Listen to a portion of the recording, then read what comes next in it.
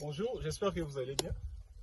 Je voulais partager avec vous une petite information sur terrain. Alors, là, nous sommes dans notre champ de poivrons. Je voulais utiliser juste la culture des poivrons pour illustrer un peu mon exemple. Alors là, vous avez notre pied de poivron qui a fleuri. Vous voyez, il y a des fleurs, mais aussi il y a des fruits. Il y a des fruits sur notre pied de poivron. Alors, quand vous avez un pied de tomates, de poivrons, d'aubergines ou d'une culture donnée qui donne déjà des fleurs et qui donne déjà des fruits, nous pouvons même nous limiter à la floraison.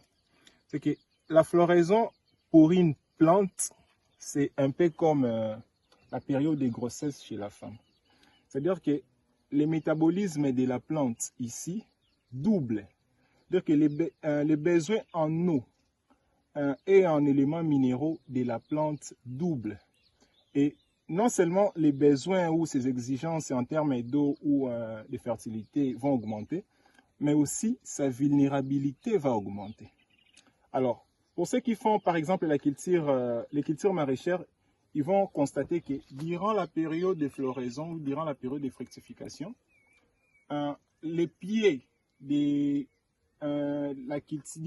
leur culture donnée vont commencer à présenter des signes d'attaque, soit de pourriture, soit des rabougrissements, soit des nécroses.